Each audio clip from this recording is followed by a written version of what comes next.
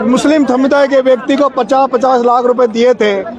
उसी तरह से ये जो पिपलोदी स्कूल हादसे में जो बच्चे मरे हैं, जो 4 बच्चे भील समाज के हैं, 2 बच्चे एससी समाज के हैं, 1 बच्चा लोधा समाज का है।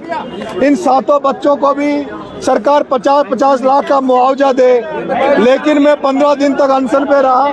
उसके बावजूद भी सरकार ने किसी तरह की संवेदनाएं व्यक्त नहीं की और ना ही मेरे से किसी तरह की वार्तालाप करने की कोशिश की।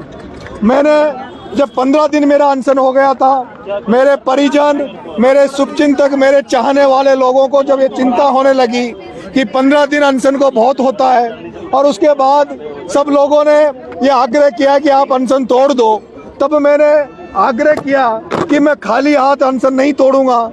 मैं या तो सरकार मेरी मांगे माने या फिर मैं कुछ इनको ऐसा देकर भेजूं ताकि ये विश्वास पैदा हो कि नरेश मीणा किसी के साथ लड़ाई में खड़ा है तो पूरी ताकत और ईमानदारी से खड़ा है।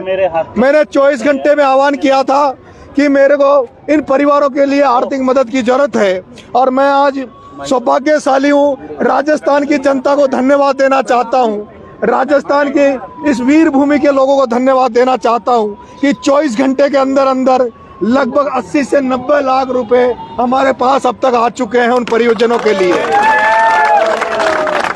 कल एक भामाशाह माता दीन जी गुजर, जो गुजर समाज से आते हैं, उनको भी जब ये पता लगा कि नरेश मीणा मृत शैया पे पड़ा है, 15 दिन अनशन को हो गए, उन्हें जब इस बात की चिंता सताई तो उन्होंने भी कल आकर हमें कहा कि 51 लाख रुपए हम लोग भी आप अनशन तोड़ दो, 51 लाख रुपए हम भी देंगे। मैं एसएमएस हॉस्पिटल में भर्ती था। मेरे पास कई बड़े लोगों के ऑफर आए, कई चाहते थे कि मैं अनशन उनके हाथ से तोड़ूं, लेकिन उसी हॉस्पिटल में एसएमएस में एक ईमानदारी का प्रतीक राजनीति में आज अगर कोई सिद्धांतों की राजनीति के रूप में बचा हुआ व्यक्ति है तो भरत सिंह कुंदनपुर उसी एसएमएस में भर्ती थे। मेरे भरत सिंह जी कुंदनपुर ने भी कल मेरे से, जब मैं वहाँ हॉस्पिटल में उनसे 2 मिनट मिलने गया तो उन इमोशनल भावुक हो गए, रोने लग गए, हाथ जोड़ के मेरे से कहा, बेटे राजस्थान को तेरी जरूरत है, अनशन तोड़ ले।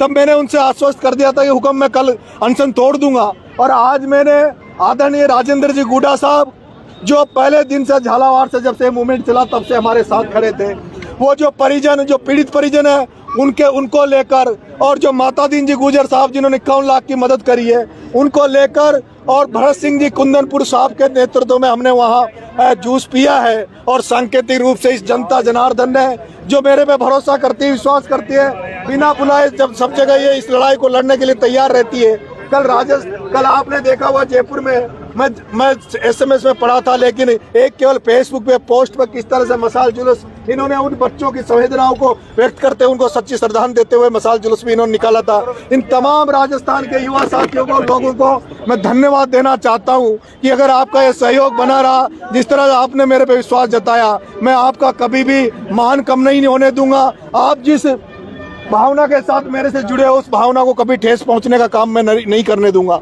मैं ये भी भरोसा देता हूं कि सरकार ने 15 दिन अनशन में रहने के बावजूद भी हमारी तरफ कोई ध्यान नहीं दिया, ना हमारी मांगों की तरफ ध्यान नहीं दिया। लेकिन मैं आप सभी मीडिया साथियों से, मेरे लोगों से कहना चाहता हूं, नरेश मीणा खाली हाथ नहीं जा रहा।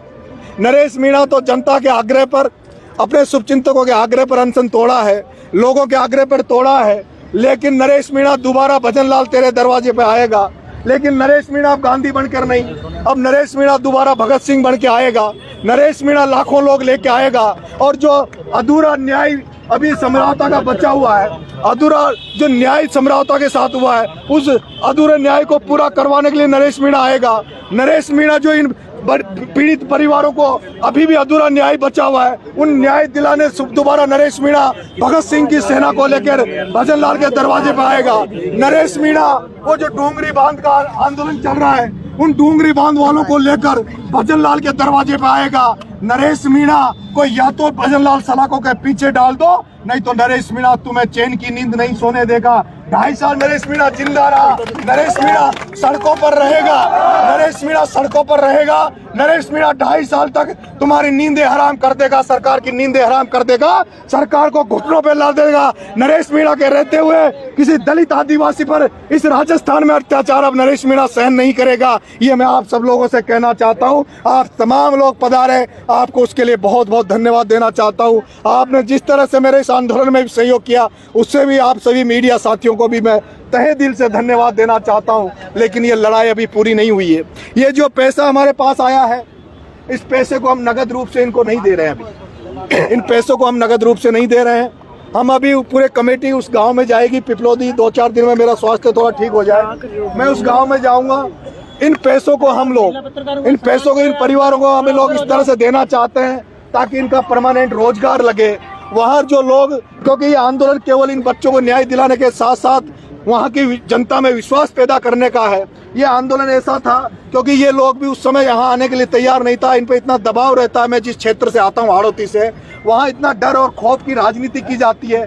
वहाँ नेता नहीं बोलते, वहाँ बड़े बड़े एमएलए एमपी नहीं बोलते, तो आमजन क्या बोले। वो आमजन में विश्वास जताने का मेरा ये आंदोलन था और मुझे विश्वास है, भरोसा है, राजस्थान की जनता जिस तरह से इन पीड़ित परिवारों के साथ आज खड़ी हुई है, वो हाड़ौती के उन दबे कुचले लोगों में विश्वास जताएगी। उनके अंदर ये विश्वास भरेगी कि हम लोग अगर खड़े होंगे तो लोग हमारी मदद करेंगे, हमारे साथ लड़ेंगे। इसलिए ये लड़ाई उस एरिया में जागृति की है। मैं मीडिया साथियों आपसे कहना चाहता हूँ कि उदयपुर बांसवाड़ा के आदिवासी भाइयों को टीएसपी का एक अलग से वो कोटा दे रखा है। 12 बूंदी झालावाड़ में भी एक किशनगंज साबाद एक विधानसभा है, वहाँ 2 तहसीलों में शहरिया समाज को टीएसपी का इन्होंने वो दे रखा है। मैं चाहूँगा कोटा 12 बूंदी झालावाड़ में किशनगंज साबाद के अलावा भी जो शहरिया भाई हैं और जो भील समाज के भाई हैं जो एसटी में आते हैं, उन एसटी में आने वालों को भी सरकार टीएसपी में शामिल करे।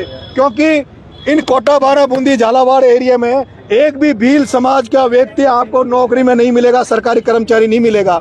इसलिए मेरा ये मिशन लंबा है, मिशन केवल आज तक सीमित नहीं है। अब मैं यहाँ से जाने के बाद वहाँ गांव-गांव जाऊँगा, इनको जागृत करूँगा और मैं सामाजिक कार्य वहाँ करने का प्रयास मैं करूँगा और इनको जगाने का काम करूँगा। बहुत बहुत धन्यवाद। राम राम।